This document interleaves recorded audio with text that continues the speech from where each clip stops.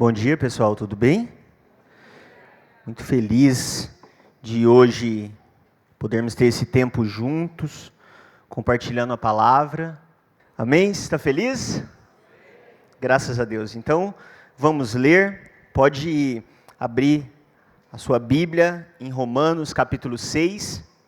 Romanos capítulo 6, do verso 1 ao 14. Romanos 6, do 1 ao 14. Hoje teremos a nossa 11ª mensagem, sermão, dessa série de Romanos. Quero te lembrar que nós vamos nessa série até o capítulo 8, tá? Então, já passamos da metade, já tem um tempinho, e agora nós entraremos aí em novas divisões, né, que são apresentadas em Romanos para nós. Mas vamos ler, eu vou ler, e juntamente lendo eu já vou pontuar algumas divisões para que nós tenhamos um entendimento mais amplo daquilo que Paulo quer nos comunicar, ok? Então, Romanos capítulo 6, do verso 1 ao 14, a gente percebe aqui no verso 1 e 2 que Paulo nos apresenta o tema desse texto, que ele diz o seguinte: o que diremos então?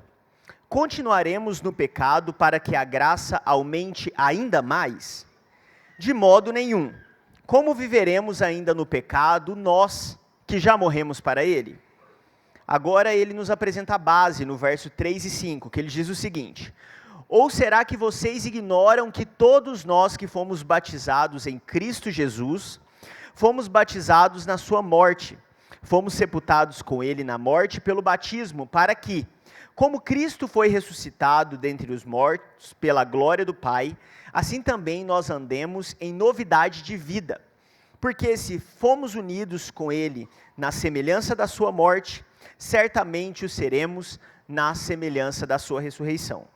E após, agora ele apresenta para nós algumas atitudes, do 6 ao 14, sabendo isto, que a nossa velha natureza foi crucificada com ele, para que o corpo do pecado seja destruído e não sejamos mais escravos do pecado. Pois quem morreu está justificado do pecado. Ora, se já morremos com Cristo, cremos que também viveremos com ele. Sabemos que, havendo ressuscitado Cristo dentre os mortos, já não morre. A morte já não tem domínio sobre ele, pois, quanto a ter morrido, de uma vez para sempre morreu para o pecado. Mas, quanto a viver, vive para Deus. Assim, também vocês considerem-se mortos para o pecado, mas vivos para Deus em Cristo Jesus. Portanto, não permitam que o pecado reine em seu corpo mortal, fazendo com que vocês obedeçam às suas paixões. Também não ofereçam os membros do corpo ao pecado, como instrumentos de justiça, mas como pessoas que passaram da morte para a vida. Ofereçam a si mesmos a Deus e ofereçam os seus membros a Deus como instrumentos de justiça. Porque o pecado não terá domínio sobre vocês, pois vocês não estão debaixo da lei, e sim da graça. Oremos. Pai, essa é a tua palavra, te agradecemos porque o Senhor deixou esses ensinamentos para nós, através da sua soberania, inspirou escritores, homens, mulheres ao longo da história, e hoje nós estamos aqui pedindo para que, por mais que um homem vai falar, que nós possamos ouvir a tua voz, que o teu Espírito possa ser aquele que auxilia no cair da semente, que ela caia no nosso coração. Oramos por espírito de revelação e sabedoria, e que através dessa mudança de entendimento a respeito das verdades que vão ser expostas aqui hoje, que nós possamos ter também mudança de atitude. Em teu nome oramos, amém. Amém? Pode se assentar no seu lugar. Então hoje, o título do sermão é Mortos, mas vivos. Repita comigo, mortos, mas vivos.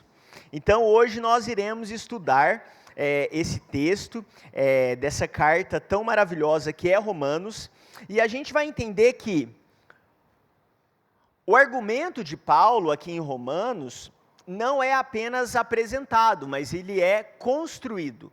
Como em vários outros textos que Paulo ele nos apresenta nas Escrituras, a gente vai perceber que ele sempre tem esse cuidado de construir um pensamento. Ele não apenas nos joga uma informação, ele meio que pega na nossa mão e tenta caminhar conosco na construção desse pensamento. Tanto que, em alguns momentos, quando a gente lê alguns textos isolados de Paulo, a gente tem mais dúvidas, gera mais questionamentos em nós do que respostas. Mas quando nós lemos de uma forma completa, de uma forma de progressão aquilo que Paulo nos traz, a gente começa a ter o entendimento daquilo que antes trazia tanta dúvida para nós. É aquilo que nós estamos fazendo aqui semana após semana. Como eu te disse, já estamos na 11ª exposição dessa carta, e muito do que eu vou falar hoje é totalmente dependente daquilo que nós ouvimos semana passada, e na semana passada,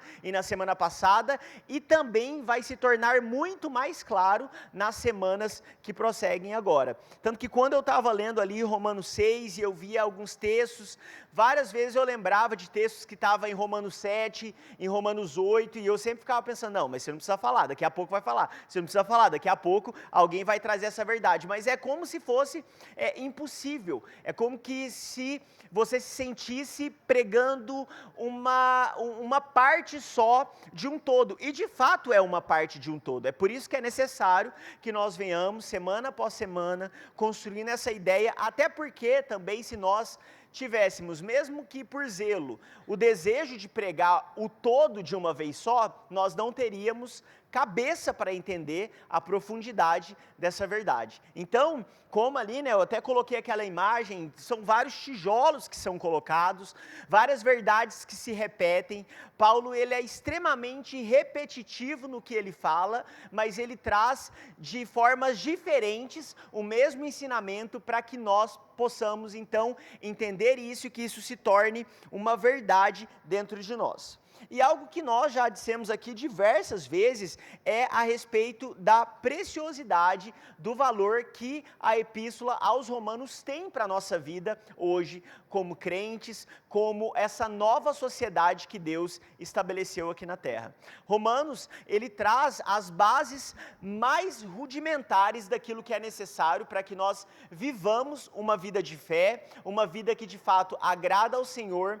Em Romanos nós percebemos que toda a vontade de Deus, ela nos é apresentada, por mais que Romanos, ele traz de uma maneira condensada aquilo que é a verdade de Deus, a gente precisa entender que nunca ela é subtraída. A gente pode conseguir ter uma visão mais ampla a partir de outros livros, de outras epístolas, mas se nós tivéssemos apenas o livro de Romanos, você pode ter certeza que nós já teríamos bastante coisa para viver, seríamos desafiados em todo o tempo, e se nós lêssemos todos os dias, nós ainda teríamos pecado a confessar, verdade a se apoderar, uma atitude a ter a praticar, porque a gente vai entender, como Lutero disse, que realmente a parte principal do Novo Testamento é Romanos, e verdadeiramente o que há de mais puro no Evangelho. Todo cristão deveria não apenas conhecê-lo de coração, mas, palavra por palavra, também ocupar-se com ele a cada dia como pão cotidiano para a sua alma. Então não é que eu estou dizendo aqui que pare de ler tudo, leia só Romanos. Não, de forma nenhuma. Mas eu quero que você entenda a preciosidade que esse livro carrega, que essa epístola carrega. Ela traz para nós ensinamentos que são extremamente necessários. E hoje eu quero, antes de apresentar a exposição daquilo que são os versos que nós lemos no início, subir um pouquinho o drone com você, para que nós consigamos ver Romanos do lado de fora e entendermos algumas divisões para que nós possamos ter maior clareza daquilo que está sendo apresentado hoje, porque hoje a gente está indo de uma divisão de Romanos para outra divisão, a gente está adentrando um novo tema dentro daquilo que Romanos apresenta para nós. E a primeira divisão é a de John Stott, no comentário de Romanos, que ele vai apresentar para nós que Romanos pode ser visto ali em 3 unidades principais, em 3 repartições principais. Primeiro, do Romanos 1 ao 8, a gente vê que o Evangelho de Deus nos é apresentado. Então a gente tem ali de Romanos 1 até Romanos 3, 21, a gente percebe que a ira de Deus, ela é apresentada, e depois a gente percebe a graça de Deus sendo apresentada.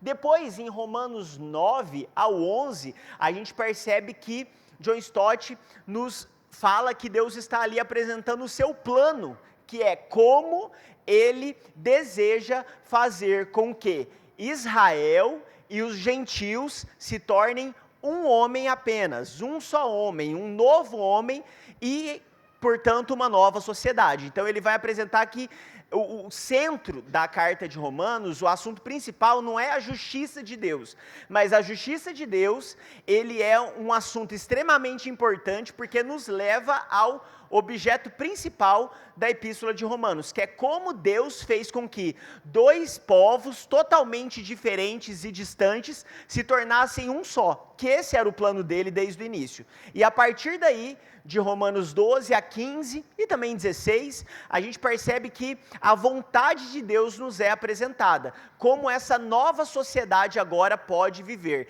Ele traz então a maneira que nós devemos nos apresentar no culto, a maneira que nós devemos apresentar nas relações interpessoais, na relação conosco mesmo, na relação com a sociedade, com a política. Então, ele traz diversos ensinamentos de como essa vontade de Deus pode ser apresentada. Então, John Stott vai nos dizer que nós podemos ver aí a epístola de Romanos nessas três divisões principais. Mas o Franklin Ferreira, que é um teólogo brasileiro, ele vai nos falar de 5 divisões. E eu quero usar essas 5 divisões hoje para a gente entender, porque de Romanos 1, de Romanos capítulo 1 até o capítulo 3, verso 20, a gente percebe que a condenação é o assunto principal da carta. Deus então está condenando todo homem quando ele apresenta a sua ira, né? Quando ele revela a sua ira sobre todos os homens. Então a gente percebe que tanto o homem, a ira de Deus é apresentada contra o judeu, contra aquele que é religioso e contra aquele que nem religioso é. Depois a gente percebe que Romanos, do capítulo 3, verso 21 até o 5, 21, a gente vê que Paulo está construindo o conceito de justificação. Ele está nos apresentando a forma com que Deus nos justifica, através da graça que nos é apresentada no sacrifício de Jesus Cristo. E agora, em Romanos, do capítulo 6, que é o capítulo que nós iniciamos hoje, até o capítulo 8, que é quando nós encerramos essa série, a gente vai falar sobre santificação. Então, o assunto principal do capítulo 6 até o 8 é Paulo construindo uma ideia a respeito de uma doutrina extremamente necessária para nós, que é exatamente a doutrina que vai nos guiar durante todos os nossos dias na vida, que é a doutrina da santificação. E por último, depois a gente vê que Romanos do 9 ao 11 fala sobre a predestinação, e depois de Romanos 12 ao 16, a gente tem apresentado para nós uma exortação. Então, hoje nós adentramos nesse assunto especial, que é santificação, por ser o capítulo 6 da Epístola aos Romanos. Amém? Está comigo? Glória a Deus. E algo que também a gente, então, começa a construir essa ponte para que venhamos falar sobre santificação hoje, a gente precisa ter, de uma forma muito bem estabelecida em nós, o conceito do que é justificação. Porque é aquilo, estávamos falando sobre condenação, então precisamos ter uma ideia madura sobre o que é a condenação, para que assim possamos aprender o que é justificação. Então, agora temos uma ideia madura do que é justificação, para assim entendermos o que é santificação. E a justificação, ela nos apresenta esse dom de Deus que é a salvação. É na justificação que Deus nos salva. É por causa da justiça dele, é por causa desse ato de misericórdia e também de justiça que ele nos salva. E precisamos ter de uma forma muito clara na nossa mente estabelecida que salvação é um dom. Salvação é um presente que Deus nos dá. A salvação não é algo que nós conseguimos por causa dos nossos méritos. Nós não teríamos como pagar para sermos salvos. Nós não fomos salvos porque nós tivemos uma série de boas práticas executadas e por causa disso nós fomos salvos. E por mais difícil que seja a nossa mente humana, o velho homem que insiste em reviver em nós, acreditar nisso, nós precisamos entender. A salvação é um ato misericordioso de Deus para conosco, no qual Ele se entrega, e na entrega dEle mesmo para conosco, Ele recebe toda a sua ira na pessoa de Jesus Cristo, e por causa disso agora nós podemos ser justificados, que é exatamente a definição aqui de justificação. A gente percebe que a justificação, ela é então um ato monergista de Deus, é uma ação que somente Deus poderia fazer, e é esse ato pelo qual Deus declara justa uma pessoa que deposita sua fé em Jesus Cristo como Salvador e substituto. Isso acontece no momento em que Cristo morreu por nós. Então, Cristo, ao morrer por nós na cruz, Ele nos justifica. O que é essa justificação? Ele sofre nele a ira, a consequência do que nós deveríamos sofrer, que é o quê? A morte e a separação de Deus. Então a gente precisa entender que quando Romanos vai apresentar para nós que o salário do pecado é a morte, e que lá em Gênesis capítulo 2, Deus ao falar para Adão que ele podia comer de todas as árvores do jardim, menos da árvore do conhecimento do bem e do mal, porque se ele comesse ele morreria, essa morte não é apenas o momento que nós nos desligamos do nosso corpo físico, não, morte é estarmos distantes daquilo que é vida, e que vida não é algo que nós desfrutamos apenas, não é algo que nós recebemos, mas é um lugar que nós estamos inseridos ou não, a pessoa do próprio Deus. Então, Adão morre, e todos nós agora morremos fisicamente, porque nós fomos tirados da terra que nós fomos plantados um dia, que é o quê? O próprio Deus. Então, morte é simplesmente isso. Morte é o momento que uma árvore ela é tirada do solo no qual ela é plantada.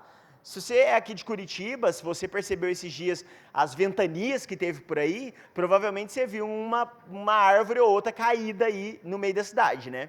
E é interessante a gente perceber que por mais que uma árvore caiu, ela foi tirada do solo, quando você olha ainda, ela ainda está verdinha, ela não está murcha, ela não está seca, ela ainda está bonita. Até parece que ela está viva.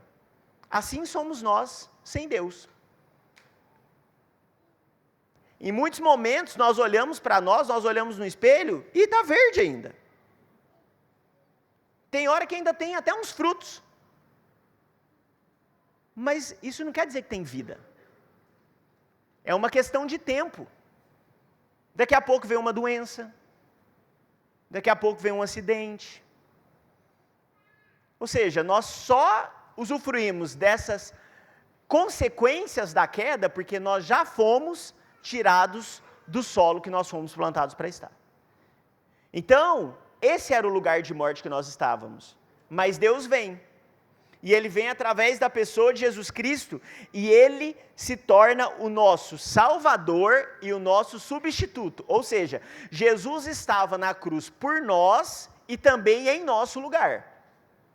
Então Ele se entrega como um sacrifício a Deus por nós, mas Ele também assume o nosso lugar ali, porque a ira de Deus é justa, e Deus precisa derramar a sua ira, e Ele derrama na pessoa de Jesus Cristo. Só que a gente precisa entender que quando Jesus vai no nosso lugar, não quer dizer que Jesus não nos leva junto para a cruz juntamente com Ele. Mas sim que nós recebemos a ira de Deus na pessoa de Jesus Cristo.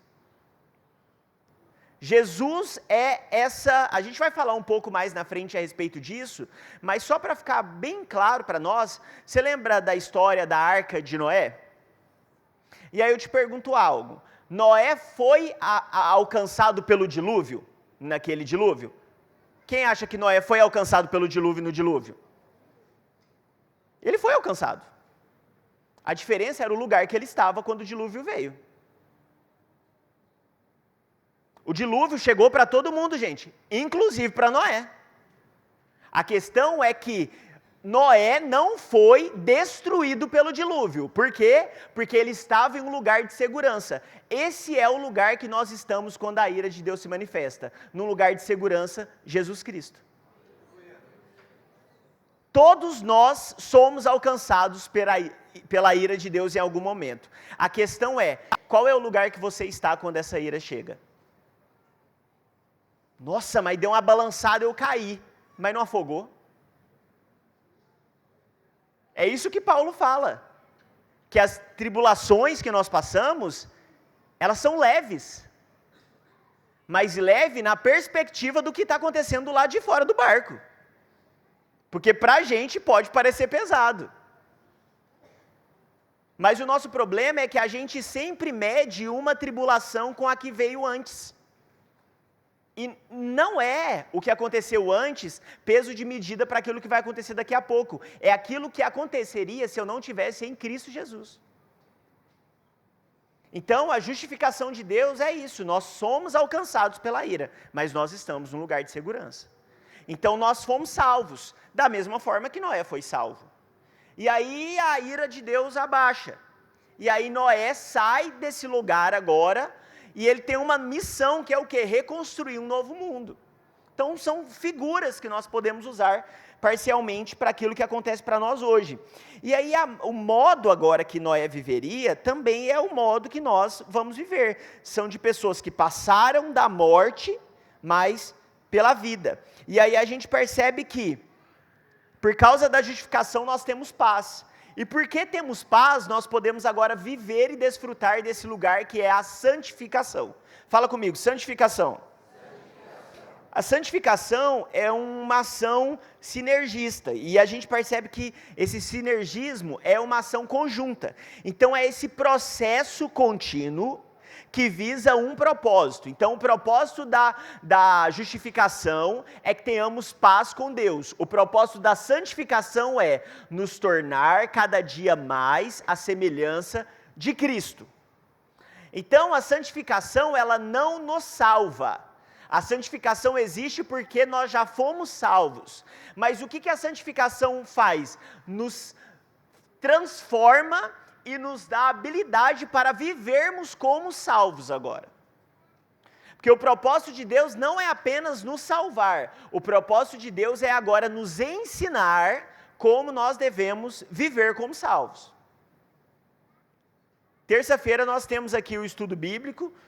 E nós estamos agora estudando a libertação do povo. Agora, nessa próxima aula, a gente vai ver a libertação do povo do Egito. E aí nós iremos entender que Deus não liberta o povo do Egito para que o povo seja livre. Não. O propósito de Deus ao libertar o povo do Egito é para que Deus agora possa se prender a esse povo e que possa ensinar esse povo como eles devem viver, porque eles não sabem. Eles receberam uma nova vida, mas agora precisam usufruir dessa nova vida que eles receberam. E aí a gente percebe que, no livro do Leandro Vieira, o Evangelho Completo, ele vai dizer o seguinte, que na regeneração, o monergismo, ou na justificação, é uma obra exclusiva de Deus. Na santificação, que é o sinergismo, uma obra em parceria com o homem. Em outras palavras, a salvação se dá por iniciativa única de Deus e o próprio Deus garante a sua conclusão. Todavia, ela é desenvolvida e levada a cabo à medida em que o homem, agora com a sua natureza e vontade regeneradas, responde intencionalmente e positivamente ao testemunho interior do Espírito. A necessidade de conformidade a Cristo em todas as coisas. Sobre tal realidade, alguém sabiamente afirmou: graça é o oposto de mérito, não de esforço. Então a gente percebe que, antes, mortos para Deus, nós não conseguiríamos responder a Deus. Por quê? Porque nós tínhamos uma natureza e uma vontade que é contrária a vontade de Deus. Agora, na salvação, na justificação, Deus nos ressuscita porque ele nos mata em Cristo, ele mata o velho homem, e aí ele nos ressuscita, e agora ele nos ressuscita com uma nova natureza e com uma nova vontade, que por serem regeneradas, tem a possibilidade de responder ao testemunho interior do Espírito. É por isso que além de algo impossível de se viver, é algo muito cruel a pregação do moralismo, porque você está falando para pessoas não regeneradas a fazer aquilo que até nós que fomos regenerados, sem o auxílio do Espírito Santo, não iríamos conseguir fazer. Então, quando você olha para alguém que não nasceu de novo e fala para essa pessoa que ela não peque, você está pedindo para ela algo impossível de ser feito. Quando você faz birra, por exemplo, você é casado, você tem um filho, está com alguém que não nasceu de novo, e você meio que faz birra, porque se ele não fizer a vontade de Deus, eu não vou fazer tal coisa para ela. Você está pior que o diabo. Que até o diabo tem consciência que ele não pode falar para que alguém que não nasceu de novo obedeça a Deus. E nós tomamos esse lugar. É um peso, nós não olhamos para nós, porque assim também a gente esquece que nós só obedecemos a Deus, e quando obedecemos não é pelo nosso esforço, é pela graça dele. É pela nossa participação, mas não é glória nossa em momento nenhum. Então a gente precisa ter isso de uma forma muito clara. Nós conseguimos responder agora porque a nossa natureza e vontade ela foi mudada. E aí o contrário também se faz verdade. A gente não pode se comparar também, o fulano não consegue, eu também não consigo. A diferença é, você nasceu de novo? Nasci. Então você consegue. Mas eu sou homem igual a ele. A Bíblia não diz isso. A Bíblia diz que você é um homem e uma mulher diferente, com uma natureza e uma vontade regenerada. Amém? Então é isso que nos é apresentado. O Impacto da Santidade, um livro do Luciano Subirá, ele vai conseguir apresentar para nós a forma que a santificação se revela de uma forma muito clara. Primeiro, vai falar que existe a santificação inicial, que nós também podemos chamar de justificação, que é o momento que nós somos livres da condenação do pecado. Então, a santificação inicial é o momento que nós somos livres da condenação do pecado. A santificação progressiva, que é a santificação que nós experimentamos hoje, é o momento que nós somos livres do poder do pecado. E a santificação final, que é a glorificação, é o momento que nós seremos livres da presença do pecado. Então, santificação inicial, algo que passou, o momento que fomos salvos. A santificação progressiva, o presente, o momento que nós somos livres do poder do pecado, e a santificação final, que é o futuro, que é o momento que nós, então, seremos livres da presença do pecado. Então, a gente vai um dia desfrutar desse momento, que nós seremos livres, mas por enquanto, nós ainda temos a presença do pecado, porém, o pecado não mais tem poder sobre nós. Amém? Então, é isso que nós iremos perceber hoje, e é sobre isso que Paulo está nos falando aqui em Romanos do 1 ao 14. E aí, vamos para o texto. Verso 1 e 2.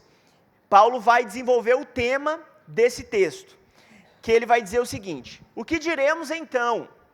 Continuaremos no pecado para que a graça aumente ainda mais?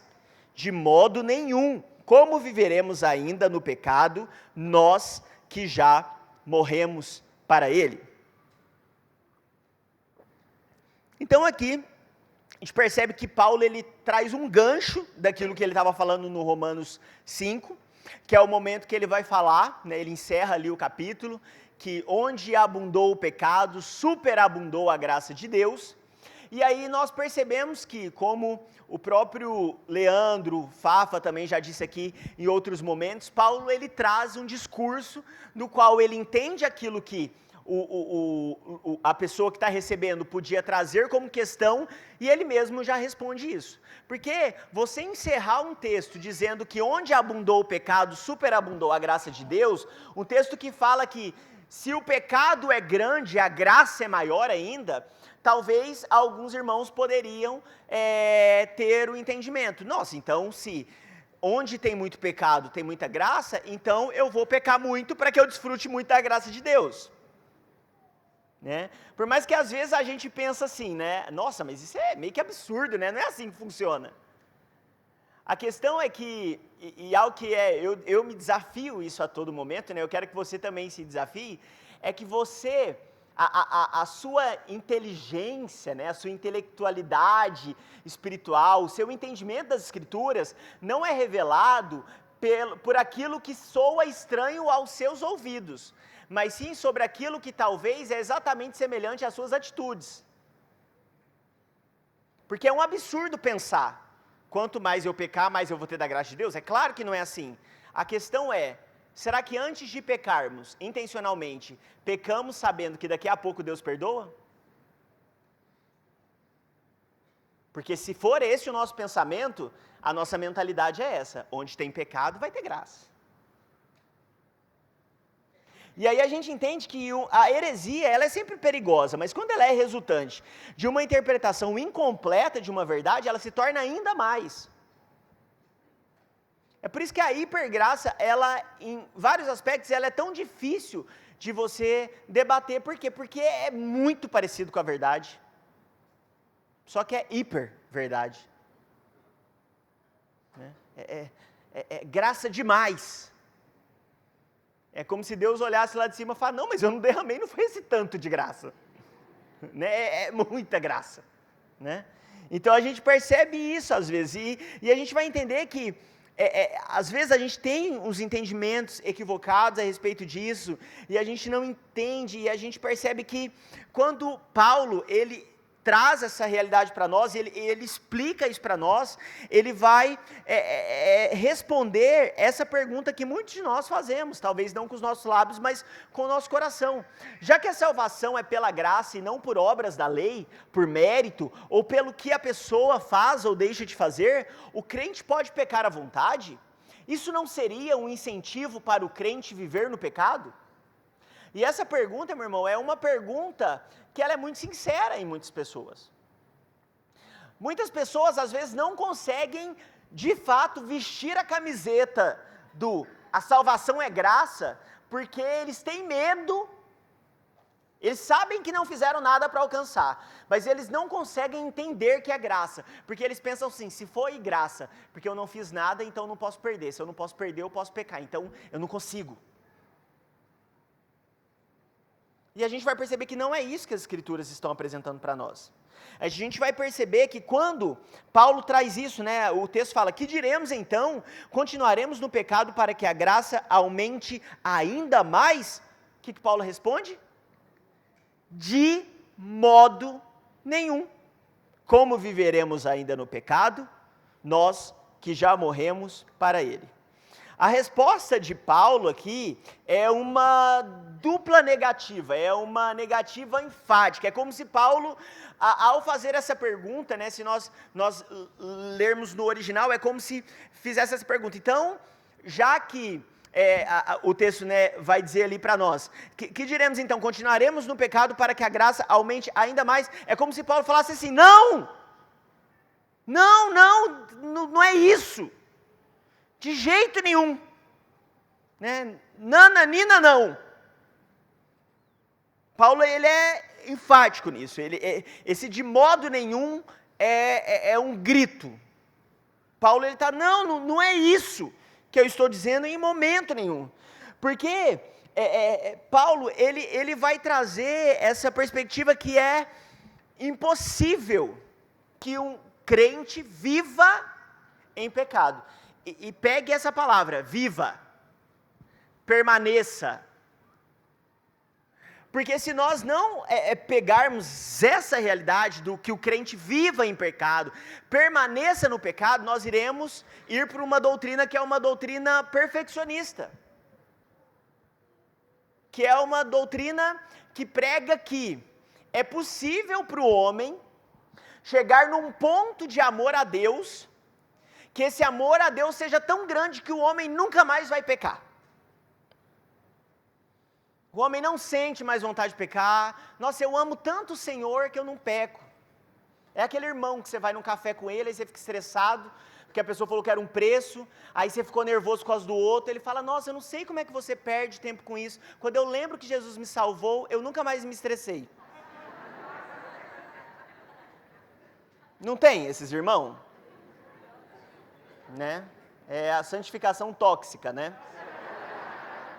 Irmão é tão santo que você não... Jesus ia virar a mesa e ele, nossa, por que você está estressado?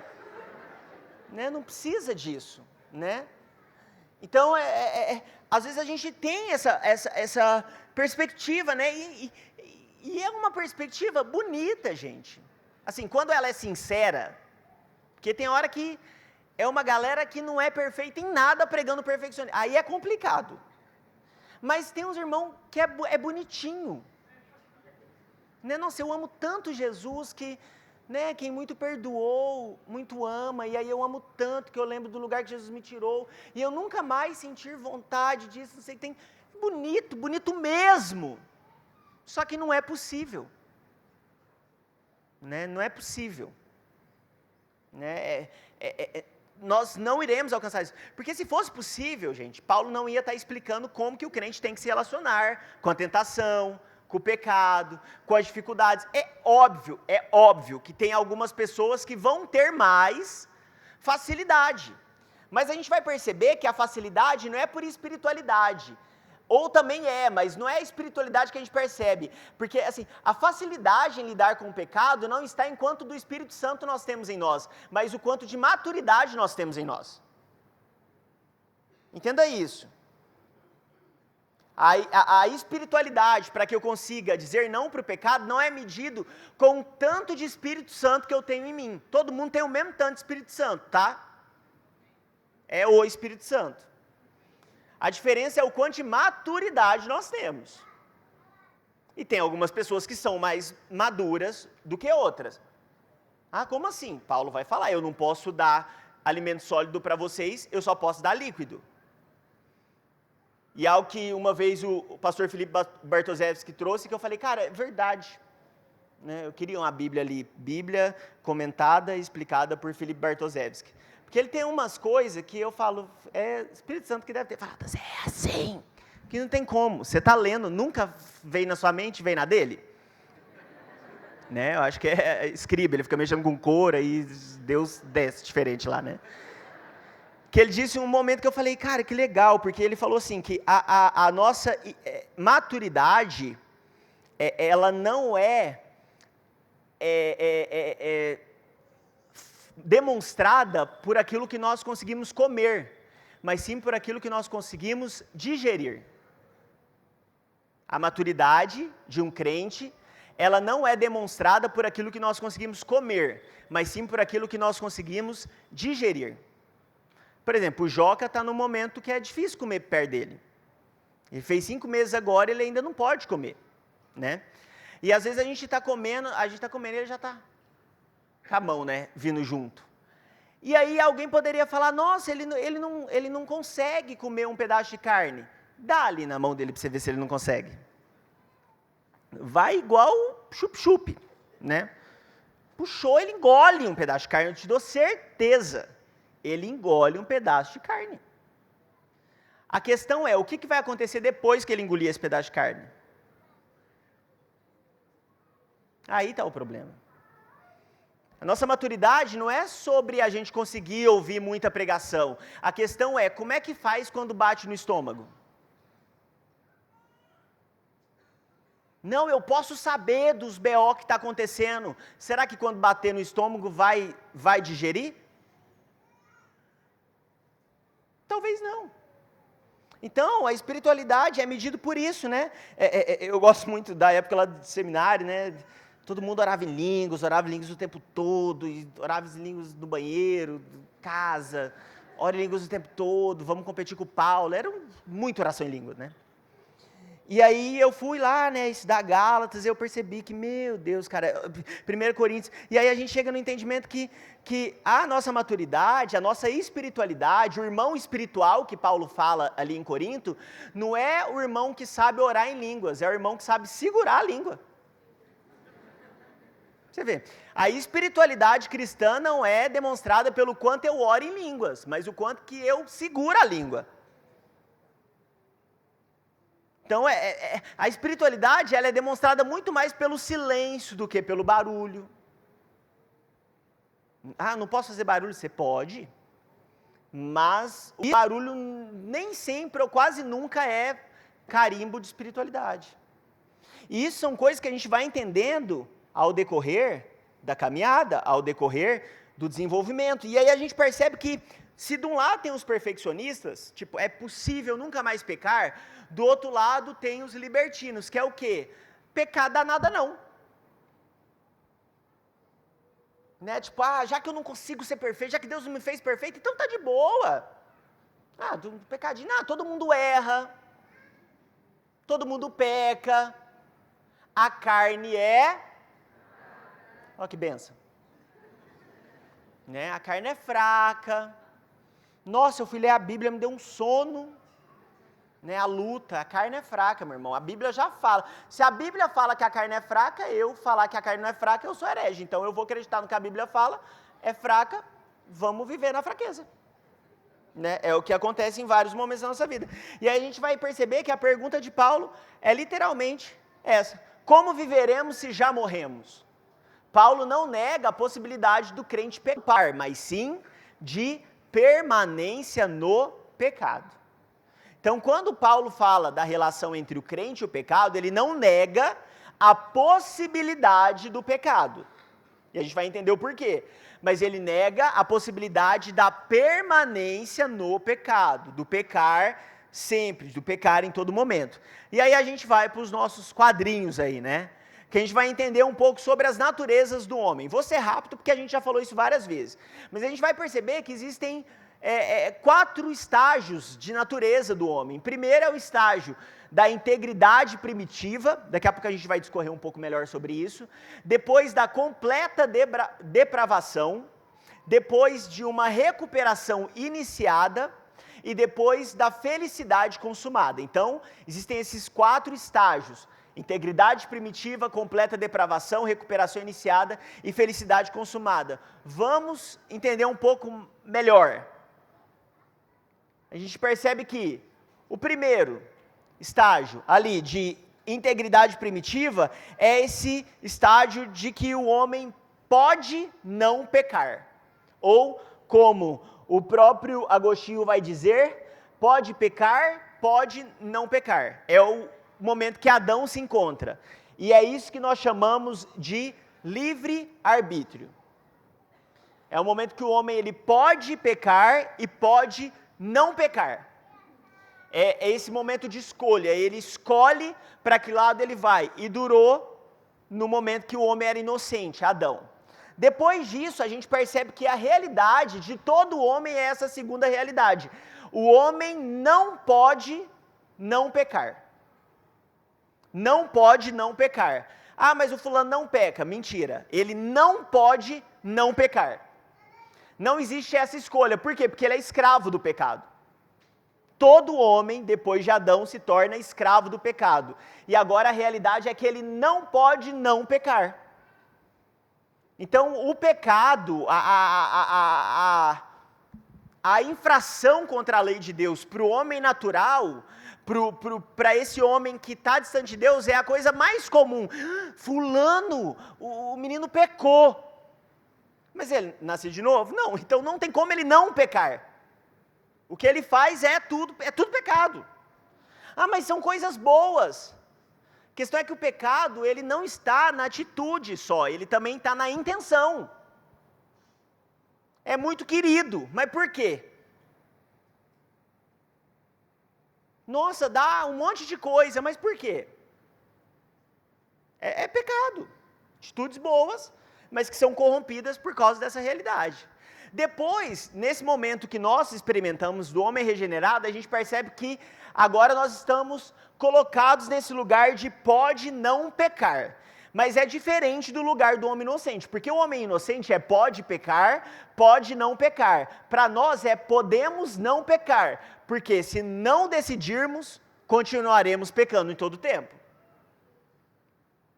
E por último, né, no homem glorificado, naquilo que seremos lá na frente, a realidade vai ser de não pode pecar. Será impossível pecar. Não haverá essa possibilidade mais por causa dessa realidade que Deus irá nos inserir. E aí a gente vai perceber, então, que o que Paulo quer nos falar é que o pecado na vida do crente, ele vai desenvolver isso em vários momentos, deve ser visto como um acidente, mas não como uma marca desse cristão. O pecado é como se fosse um pneu estourado numa viagem de 5.000 quilômetros. É uma viagem longa. E para uma viagem tão longa, é provável e às vezes até esperado que haja contratempos. O pecado é isso. E aí o pneu estourou. Aí você parou, trocou o pneu e andou mais um tempo. Um tempão.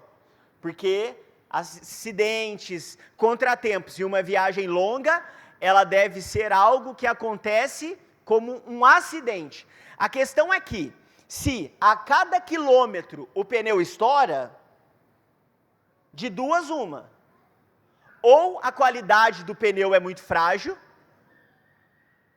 ou o ambiente que está andando não é próprio para o pneu. Ou seja, ou a natureza não foi redimida, ou está no lugar que não devia estar. Por isso que o pneu estoura tantas vezes. E a gente vai perceber que, de uma forma muito graciosa, não é que Paulo está falando que o crente ele não pode pecar diversas vezes. Às vezes, até mesmo, a gente vai entender em algumas cartas, o escândalo da graça, demonstrando a alguns irmãos que sim, experimentaram isso por muito tempo, mas por imaturidade. Porque às vezes a imaturidade ela é extremamente semelhante a uma pessoa que não nasceu de novo. Porque nasceu, mas não aprendeu a viver agora. Então é necessário a santificação por causa disso. E aí a gente vê então que, se no tema Paulo está falando a respeito da relação do crente com o pecado, agora na base da discussão dele, ele vai falar para nós que o crente ele já morreu para o pecado. E aí o texto diz que: ou será que vocês ignoram que todos nós que fomos batizados em Cristo Jesus, fomos batizados na sua morte? Fomos sepultados com ele na morte pelo batismo, para que, como Cristo foi ressuscitado dentre os mortos pela glória do Pai, assim também nós andemos em novidade de vida. Porque se fomos unidos com ele, na semelhança da sua morte, certamente o seremos também na semelhança da sua ressurreição. Então, a grande questão de Paulo é essa: como viveremos se já morremos? Então, ele discorre essa realidade, que o crente, ele já morreu para o pecado. E aí, talvez alguém pode questionar, né? Tá, mas como que eu estou morto pelo pecado, sendo que eu sinto, em diversos momentos na minha vida, a vontade de pecar, como se eu tivesse vivo para o pecado? Aí a resposta para o quando é que morremos é: morremos com Cristo na cruz, há mais de 2.000 anos, quando nenhum de nós éramos nascidos. Portanto, essa questão de estar morto ou não, não se trata de sentir, e sim de crer. É uma realidade que só podemos nos apropriar pela fé. Então, nós morremos, que momento que Deus me mata o meu velho homem, que momento que Deus mata o crente? Na cruz, com Jesus Cristo. Então, o momento que nós somos salvos por Deus, nós também somos mortos por Deus. Mortos na nossa velha natureza, para o pecado. E a partir daí nós podemos então viver. Por quê? Porque a ilustração que Paulo traz aqui para nós a respeito de como que Deus nos mata, como que essa morte acontece, é através do batismo, que a gente já falou aqui. Porque o batismo, que tanto em Cristo quanto nas águas, tá? É uma ilustração da nossa morte e ressurreição em e com Cristo Jesus. Então, o batismo, a gente tem um momento aqui do batismo bonito, né? A gente chorou, o Gui foi batizado, coisa bonita, afundou ele, voltou ele. E aí, que quando a gente olha para lá, o Gui entrando dentro da piscina ali, da caixa d'água, e sendo batizado, nós olhamos e entrou o Gui e saiu quem? O Gui, não é verdade? Entrou o Gui e saiu o Gui. Porque nós estamos olhando com olhos naturais. Só que essa ilustração é para nos mostrar aquilo que aconteceu com o Gui em Cristo Jesus, onde entra um Gui e sai outro Gui. Entrou um Gui para morrer, morreu e ficou lá dentro, né, Gui? Morreu? Morreu? Amém. Morreu, senão nós fica um pouquinho mais de tempo lá, né, Pupo? Morre, aí sai outro Gui, uma pessoa nova. Da mesma forma de Noé, as águas veio e matou todo o homem, mas o que estava guardado saiu.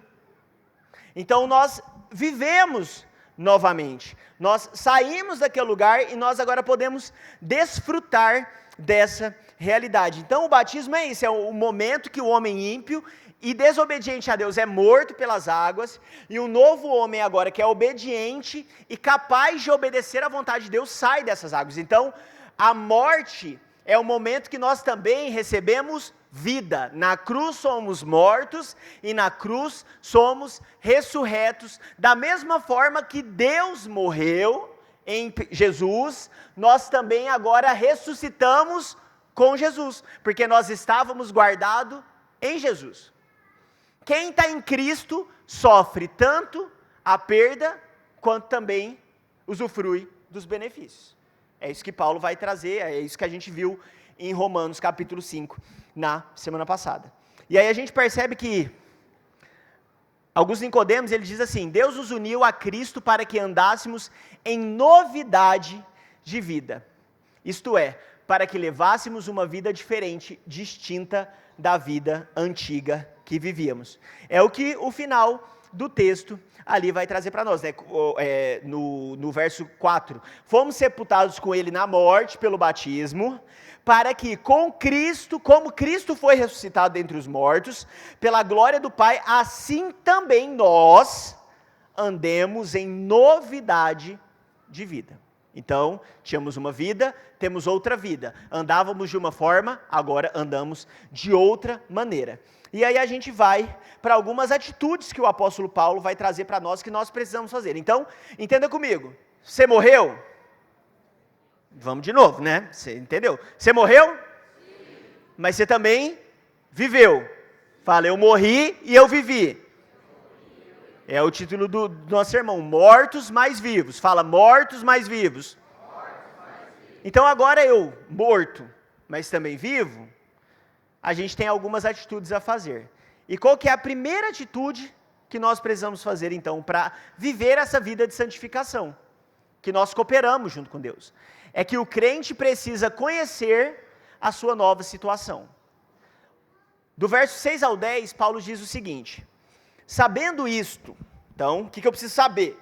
Que a nossa velha natureza foi crucificada com ele para que o corpo do pecado seja destruído e não sejamos mais escravos do pecado. Pois quem morreu em Cristo está justificado do pecado. Ora, se já morremos com Cristo, cremos que também vivemos com ele. Sabemos que, havendo Cristo ressuscitado dentre os mortos, já não morre. A morte já não tem domínio sobre ele. Pois, quanto a ter morrido, de uma vez para sempre morreu para o pecado. Mas, quanto a viver, vive para Deus. Então, a gente percebe aqui nesse momento que Paulo diz que a primeira atitude que eu tenho que ter é tomar conhecimento da minha condição agora. É entender o que aconteceu, entender para que eu consiga crer nisso. Eu preciso ter a minha mente transformada essa realidade. A gente vai perceber que nesse capítulo, Paulo vai falar umas 5 vezes a respeito do que precisamos saber. Ele vai falar assim, ou ignorais que... Ele vai trazer a ideia de que, pois sabemos, sabendo que... Depois ele vai falar, não sabeis que, ou seja, ele insiste na necessidade que o crente agora tem de saber o que aconteceu com ele. Ele vai trazer de uma forma clara que essa justificação, ela acontece por um ato feito unicamente por Deus, porém essa santificação, que é o que nós estamos falando agora, e o usufruto dessa vida nova, é resultante de um processo de conhecimento e apoderamento. Eu conheço e eu tomo posse. Olha que coisa boa, né? Lá da igreja que você era, antigamente, né? Eu tomo posse, irmão, né? É disso que você tem que tomar posse. Eu comprei um carro novo. Amém, eu tomo posse. Mas ninguém toma posse da morte do outro irmão em Cristo. Nossa, fulano, fui tentado semana passada, cheguei a gripar de tanta tentação. E eu não pequei, eu tomo posse. Né? Não, a gente tem que tomar posse dessa verdade nova. Por quê? Porque, como aquele texto todo mundo sabe, né? João 8,32. E conhecereis a verdade, e a verdade vos libertará. O que a gente precisa entender? Que a verdade que me liberta é a verdade que eu conheço. Não é toda a verdade bíblica que vai me libertar. É a verdade que eu conheço. Que eu entendo o que aconteceu. Que eu desfruto porque eu entendi que ela aconteceu. Muitos de nós, infelizmente, nós não desfrutamos da verdade que nos é proposta porque nós não conhecemos ela. É como aquela história do fazendeiro que estava devendo muito, porque a plantação dele não estava dando mais nada. E aí ele começou a reclamar, porque a plantação não está dando mais, eu não estou conseguindo mais, vou ter que vender minha terra. E aí vende a terra, a preço de banana, porque ele precisa se salvar. E aí o novo comprador está lá, cavando a terra e do nada acha petróleo. O petróleo não apareceu ali porque alguém comprou a terra. Apareceu ali porque alguém foi procurar o que tinha na terra. Então o verdadeiro rico, ou o primeiro rico, era o fazendeiro antigo. Mas ele tinha a riqueza, mas por falta de conhecimento, não desfrutava da riqueza. Assim somos nós com Cristo Jesus.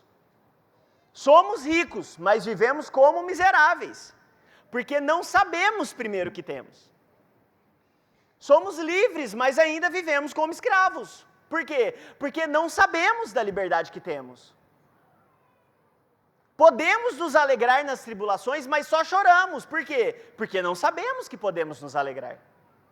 Primeiro precisamos saber. Saber o quê? Que a nossa velha natureza foi crucificada e o corpo sujeito ao pecado foi destruído. Nós não somos mais escravos do pecado. Amém? O texto vai trazer essa verdade. O corpo sujeito ao pecado, ele foi destruído. Ele não existe mais. Foi acabado. Onde? Na cruz do Calvário. A questão é, eu sei disso, eu creio nisso. Eu preciso saber para que eu consiga desfrutar disso. E a segunda verdade, que eu também preciso saber, é que recebemos uma nova vida, onde o pecado não mais exerce domínio sobre nós. E assim, e por causa disso, nós podemos viver para Deus. É muito interessante porque, né, na instituição, né, romana, e até nos tempos bíblicos também, né, ali de Jerusalém e tudo mais, do povo de Deus, a escravidão era algo muito conhecida. E a escravidão, ela acontecia por diversos motivos. Os mais comuns era, o povo perdeu a guerra, e por causa disso eles tiveram que se entregar como escravos.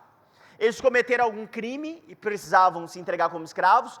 Ou eles deviam um valor muito alto, e mesmo depois de vender todos os seus bens, eles tinham que se entregar para se tornarem escravos. E a escravidão, ela só acabava ou quando alguém pagava toda a dívida, ou quando havia morte do patrão. A questão é que não adiantava morrer o patrão, tinha que matar o patrão e os herdeiros tudo.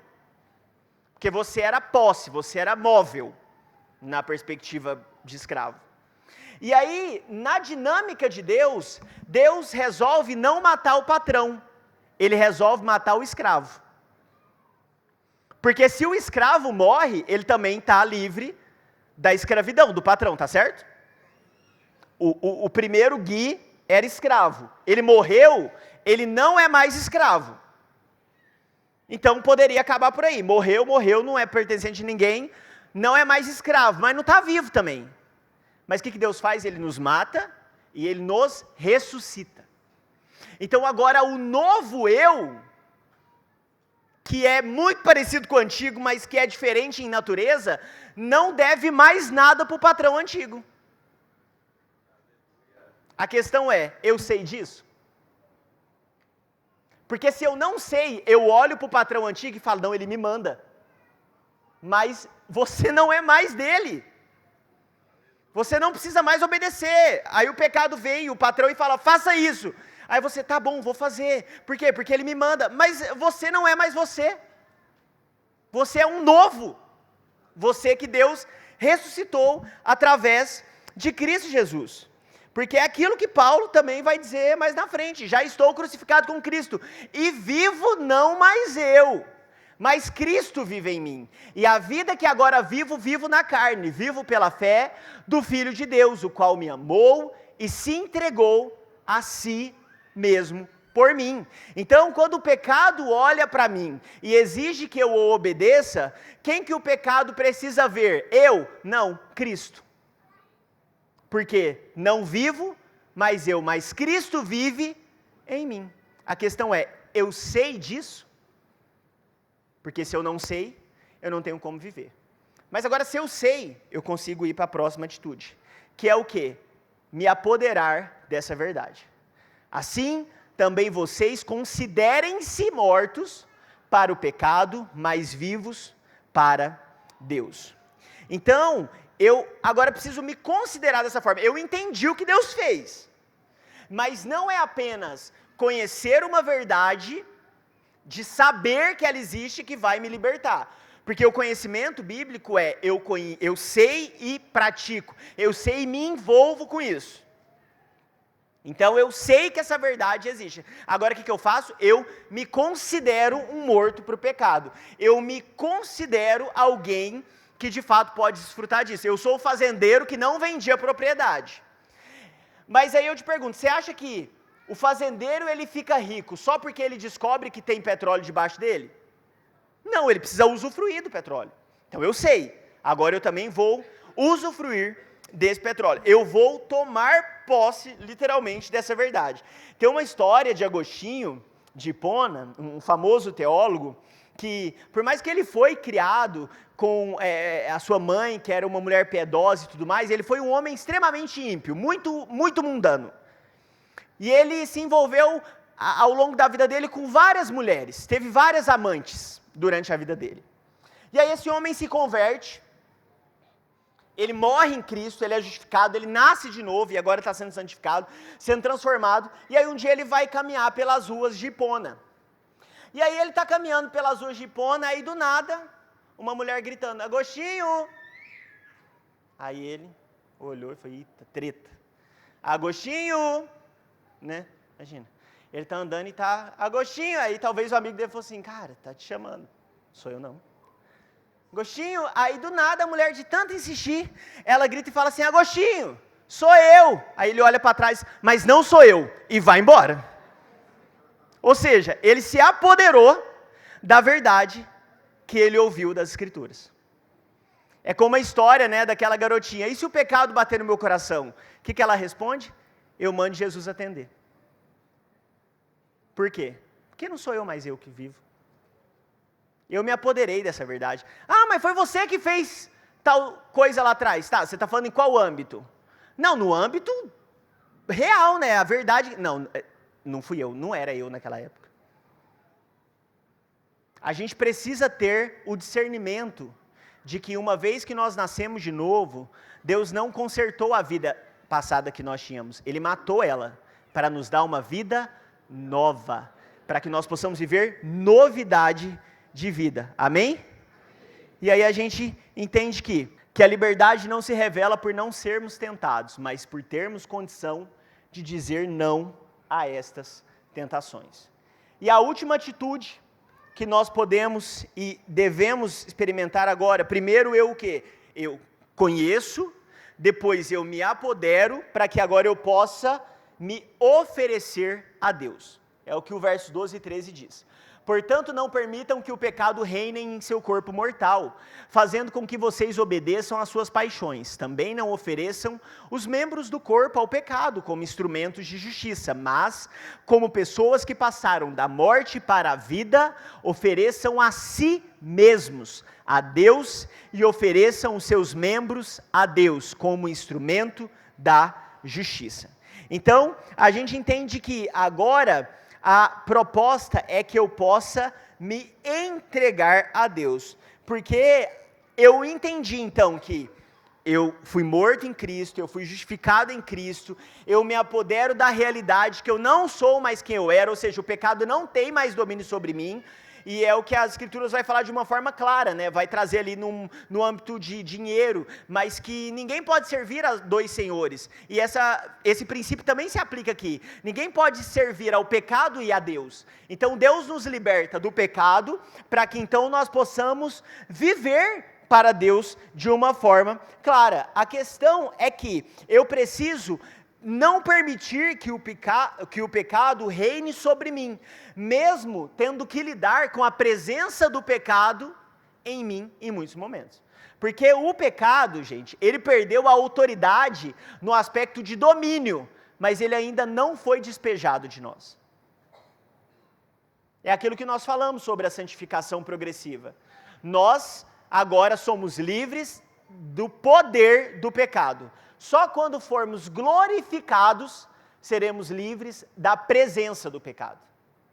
Então o pecado ele ainda existe, o pecado ainda nos intimida, o pecado ainda nos tenta, e aí a gente precisa obviamente também ter muita clareza sobre tentação, porque a gente de alguma forma entende que toda tentação é um ataque demoníaco. Sendo que as Escrituras vão dizer que nós somos tentados, por quê? Pelos nossos próprios maus desejos. Eu sou tentado por aquilo que eu gosto. E sou eu que gosto? Não, é o velho homem que estava em mim. Mas o velho homem não foi morto no batismo? Ele foi. Mas Lutero vai trazer uma realidade que é maravilhosa. Ele vai dizer o seguinte: pensei que o velho homem tinha morrido nas águas do batismo, mas descobri que o infeliz sabia nadar. Agora tenho que matá-lo todos os dias. Então não morri. Não, eu morri ontem. A questão é, eu já morri hoje? Eu já morri amanhã? É por isso que a Bíblia fala que para cada dia o seu próprio mal. Nossa, amanhã vai ser muito difícil. Lida com hoje. Nossa, mas semana que vem então, mata o de hoje. Porque esse que está fazendo você pensar em amanhã, já é o velho homem ansioso. Vivão. Aí você vai e afoga o bicho de novo. Daqui a pouco o Gui sai, eu sei nadar, morre mais. Né?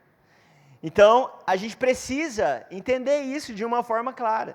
Por quê? Porque a graça de Deus, ela nos liberta não para sermos livres, mas sim para que possamos nos entregar inteiramente a Ele. O objetivo da libertação é um só, gente. É a adoração. O objetivo da libertação não é a libertação em si. O objetivo da libertação é a adoração. Lá em Êxodo, eu acho muito bacana isso. Deus, gente, né, faz aquele auê para o povo sair do Egito. Uma loucura, ele faz uma loucura, um auê verdadeiro, né? É praga, é rã, é sangue, é mosca, é morte, é confusão e loucura. E aí, por quê? Porque, nossa, eu amo meu povo, eu não aguento ver meu povo preso, eu preciso deixar eles livres, antílopes saltitantes no deserto. Não é para isso. Deus chega para Moisés e fala assim, depois o Senhor disse a Moisés, vá falar com o faraó e diga-lhe, assim diz o Senhor, deixe o meu povo ir para que me adore. Deixe o meu povo ir para que me adore. O objetivo da libertação é a adoração. Deus não queria que o povo fosse para a terra prometida, não. Deus queria que o povo chegasse no monte, para que no monte aprendesse a adorá-lo. Porque todos aqueles que se enfureceram contra Deus no deserto não entraram na terra. Porque precisa ser também como Deus. É o objetivo. Porque a graça sem discipulado, que é esse processo de ser moldado a Cristo, ela é barata. Deus não te salvou para te levar para o céu. Deus não te salvou para te livrar do inferno. Esse não é o propósito final. Deus te salvou para que você possa se tornar semelhante a Cristo. Deus nos salva para que Ele possa, de uma vez por todas, nos transformar à imagem de Jesus Cristo. Porque se antes nós servíamos outro Senhor, Deus não podia fazer isso enquanto o pecado dominava sobre nós. Agora Ele nos livra do pecado, para que nós possamos então sermos entregues a Ele, a vivermos para Ele, porque esse foi o propósito pelo qual nós existimos. Deus cria o homem para que o homem pudesse adorá-lo, para que pudesse desfrutar desse lugar. E aí Paulo conclui o seu texto. Paulo, ele conclui dizendo que para o crente tudo é graça. Porque ele vai dizer que, porque o pecado não terá domínio sobre vocês, pois vocês não estão debaixo da lei, e sim da graça. Então a gente entende que a graça, como a gente já falou aqui, ela é o contrário de esforço, e não é contrário de esforço, e sim de mérito. Graça não é o contrário de esforço, e sim de mérito. A graça, ela quando se manifesta a nós, ela se manifesta com um propósito, nos salvar, mas também nos educar. Tito capítulo 2, a partir do 11 diz, porque a graça de Deus se manifestou, trazendo salvação a todos. Ela nos educa, para que renegadas a impiedade e as paixões mundanas, vivamos neste mundo de forma sensata, justa e piedosa, aguardando a bendita esperança e manifestação da glória do nosso grande Deus e Salvador, Jesus Cristo. Ele deu a si mesmo por nós, a fim de nos remir de toda a iniquidade, purificar para si mesmo um povo exclusivamente seu. E como que esse povo é? Dedicado à prática de boas obras. Eu não sou salvo pelo meu desempenho, mas o meu desempenho é a marca da minha salvação. Eu não sou salvo pelo meu desempenho, eu não sustento a minha salvação pelo meu desempenho, mas o meu desempenho, ele testifica a salvação que aconteceu dentro de mim. Então, não é contrário de esforço, mas sim de mérito. E aí a gente termina com duas citações. Uma do Leandro, que diz que Cristo santificou-se para o outro, não para si mesmo. Cristo morreu pelo mundo, e não no âmbito religioso. É Cristo, e Cristo não é um modelo sugerido, mas sim um padrão exigido. Assim, a verdadeira espiritualidade, que é essa graça encarnada, deve ser vivenciada na rotina e exercida para o bem do próximo e do mundo. E dessa forma, o ordinário será o palco em que a espiritualidade se apresentará, apontando assim para uma consumação plena e final. Quando eu peco contra Deus, eu peco contra mim, porque eu não preciso mais me colocar nesse lugar de servidão pelo pecado, mas eu também peco contra o próximo. Porque a minha santidade não é para que eu seja mais santo, mas é porque se eu sou mais santo, eu consigo ajudar ao outro também a ser santo. Quando eu resolvo os meus BO, eu resolvo não para não ter mais BO, mas é para auxiliar o outro que ainda não consegue resolver o deles. Isso é discipulado. É pegar na mão do outro e auxiliar o outro a ser semelhante a você. mas você que entende que não é você, mas que é Cristo em você. Discipulado não é pegar a Bíblia e falar temos que ser como Jesus, mas é também pegar a Bíblia e falar, tá vendo como Jesus é? Eu estou me esforçando a ser como Ele, então tente ser como eu. Às vezes a espiritualidade ela é tão distante de nós porque a gente sempre aponta para o céu e nunca aponta para nós. O modelo de casamento que às vezes a gente quer se parecer é como Cristo e a igreja. Não, a gente tem que parecer com Deise e Fábio. Com Alves e Cris. Eu ontem estava assistindo o podcast de vocês e eu falei, gente, se eu e a Amanda fizessem um podcast, ia ser de briga. Porque eu tenho uma grande dificuldade de fazer coisa junto. Eu quase tranco a cozinha quando eu vou cozinhar. Que a Amanda ela vai pegar um copo d'água e falo, o que você está fazendo na cozinha? Olha que endemoniado, isso é demônio. Falo, o que você está fazendo na cozinha? Não, só vim pegar uma água. Eu falei, eu levo para você, não precisa entrar na cozinha. Né? É diabo. Não é uma pessoa santificada. Você vê, tem que santificar. Aí eu olhei ontem, de verdade, eu estava para dormir, eu olhei ontem, eu falei, meu Deus, olha só, eles estão conversando num podcast e tá dando certo. Falei, eu vou assistir mais esse podcast para aprender de Babilônia, não, para aprender a fazer coisa junto. Porque às vezes a gente é aqueles casal besta, eu preciso ser como Cristo e a igreja, não vai conseguir. Mas vai conseguir. Mas não vai conseguir. Vamos por degrau, irmão. Olha num cantinho assim e fala, nossa, isso aqui é legal. Se eu estivesse no café, gente, não ia sair um café. Fala assim, sai daí, não sei o quê. Mas aí você olha e fala, nossa, consegue fazer um café junto, ó, que benção. Porque a santidade do outro é para mim. E a minha é para o outro. E aí a gente encerra, ouvindo o que Sproul tem para dizer, que a santificação não progride em uma linha uniforme, desde o começo da conversão até a nossa glorificação. Ela não é reta, não só sobe. Para a maioria de nós, há um crescimento permanente na vida cristã, mas há picos e há vales. Mas olha que lindo agora. À medida que nos movemos da infância espiritual, ou imaturidade, para a maturidade espiritual, os picos e os vales tendem a ficar mais suaves. Viver com Deus não é ter pico, gente, toda hora.